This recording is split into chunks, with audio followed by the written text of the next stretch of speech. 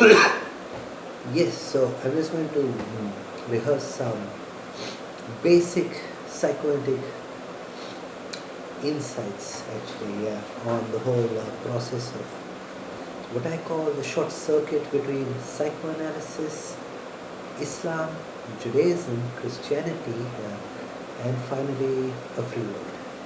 Yes, so I would say that some psychoanalytic insights go in the direction of how, when you are finding life a bit too difficult in the sense of how, for example, you can't do your job that well, or there is not enough wages, or if on the opposite side your relationship isn't fully constituted or is lived in alienation.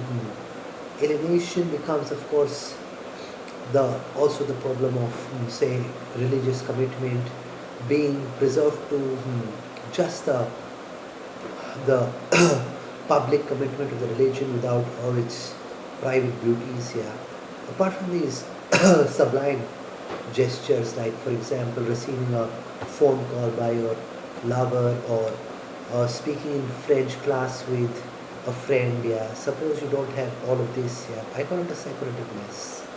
Basically, I mean, life can't be lived in the pure constellation of power. In the pure constellation of power, one has also alienation is dominant. So I think more and more ideology was interpolating the world as do your job, yes. Also enjoy your job, yes. Also at an unequal rate, right? Like some people get better wage, some people get lower wage. And then, of course, I would say, apart from wage crises, romantic crises, alienation, I mean, yeah, this whole complex in psychoanalysis also becomes messy, right? Like, for example, I call it a surface, yeah, of, of what you call libidinal problems, right? Like, for example, the crisis of faith happening with a woman, yeah, is a symptom that the world is too messy. By messy, I mean, for example, you go to your daily job, yeah, but you don't have a direction, right? Like you don't know where you're going to end up. If you end up with a great kind of destiny that you've made into the world's stage of, say, your academic world or your philosophical destiny or even your job's highest point, yeah, you know that it's constellated with messiness, right? Like, for example, you don't know how to get in touch with your friends or your colleagues, you don't know how to organize a world, yeah. Everything's alienated. That's what I mean. And I think psychoanalysis has a lot of insights. When alienation is prominent, yeah, you don't know how to communicate, right? Like, for example, you have not explored a relationship. Alienation also means, I call it actually practical inertia and scarcity dynamics, really. Right? Like alienation is also then anxiety. And I mean, anxiety dominates the whole order, yeah. Actually, because alienation dominates the whole order, yeah. And by that I also mean psychotic insights like how you're not able to commit to the relationship. Also means there is no real social cause, yeah, left for you to fight. And if you're fighting a social cause, yeah, like the communist cause or the Arab socialist cause, yeah, again, alienation means you're covered under an illusion, yeah, which I call media representations, media assemblages, yeah, that is irrelevant. Right? Like, can you believe that the whole Arab socialist cause is basically not heard of, yeah, till recent victory, yeah, because it's all covered in alienation, that they're just doing their basic work or their small organizing or something, or it's actually fundamentally a force in history. Right? So that is called the problem of alienation, the problem of desire. Also, we find it's messy this whole order, because it also creates a assemblage, yeah, an organized assemblage, yeah, of following the media as real. You see, the media which is sold out bourgeois media, yeah, if you're not alienated, if you're organized in Arab socialism, Indian communism, even say American black rights, everything uniting these days, yeah, I call it a victory in itself. That you get a common platform, yeah, that is not alienated, and then desire has its own problems, I say. Desire is, for example, not articulable in that alienated world of media representation following the right wing news as necessary, following the anti-Arab propaganda as necessary, alienated representations as non-criticizable, in fact dominant. Yeah, all of this creates with it a paradox of desire. Desire is nothing other than, I would say, the desire to hold a relationship. Yeah, in the sense of happiness, that you be this Satish Siraf kind of follower of a kind of a evocative work life, kind of an evening at the bookshop and coffee shop, which is cheap, and you're talking and all that. Yeah, this whole desire space, yeah, also gets erased into animation.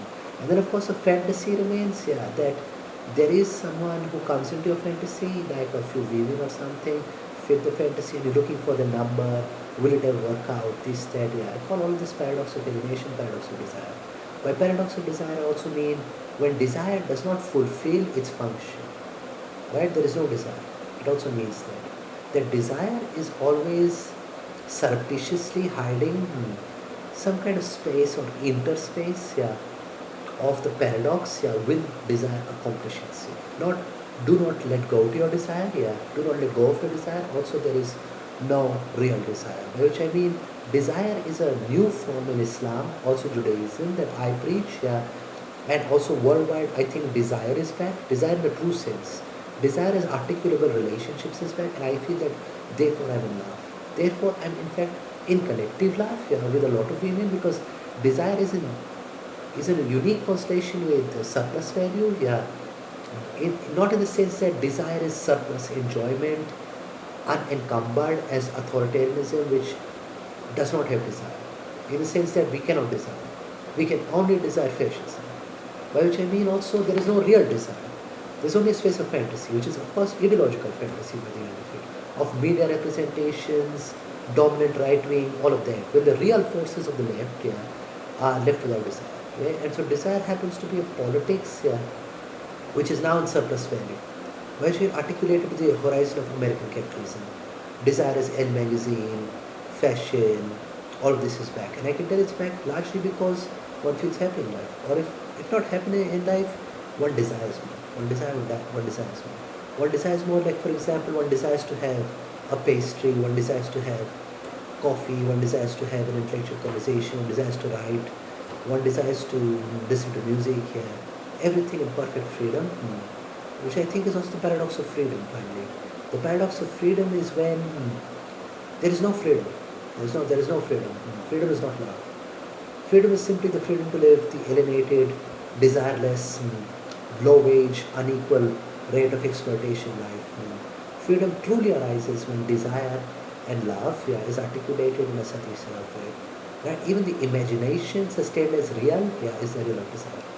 Actually, there is a real of desire these days. I can sense it in every sense. Yeah, when, for example, it is organized, yeah, in the world, yeah, like desire. Like for example, when you read the news, yeah, on Deteria. Deteria is of course full of desire. So it's desire these days. Yes, Deteria is desire. Microsoft is desire. Yeah, I'd say IBM, Panasonic. These things are desire. Yeah, I'd also say my computers here, all this Quantoff and Riemann imaging, all this incubism going on for me is desire. I see as desire surplus value. Desire surplus value is a short circuit freedom, desire, free life, yeah, love, satisfirav, yeah, conversations on the phone, yeah.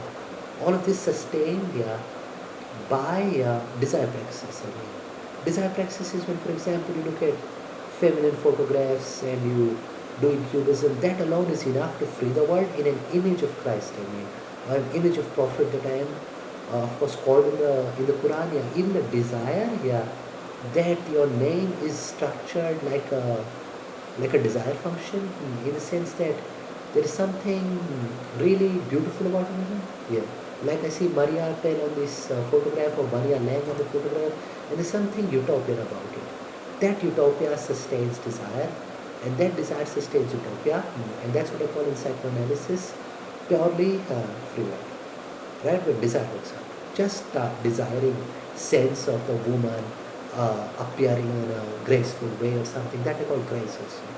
Grace. All of this is better.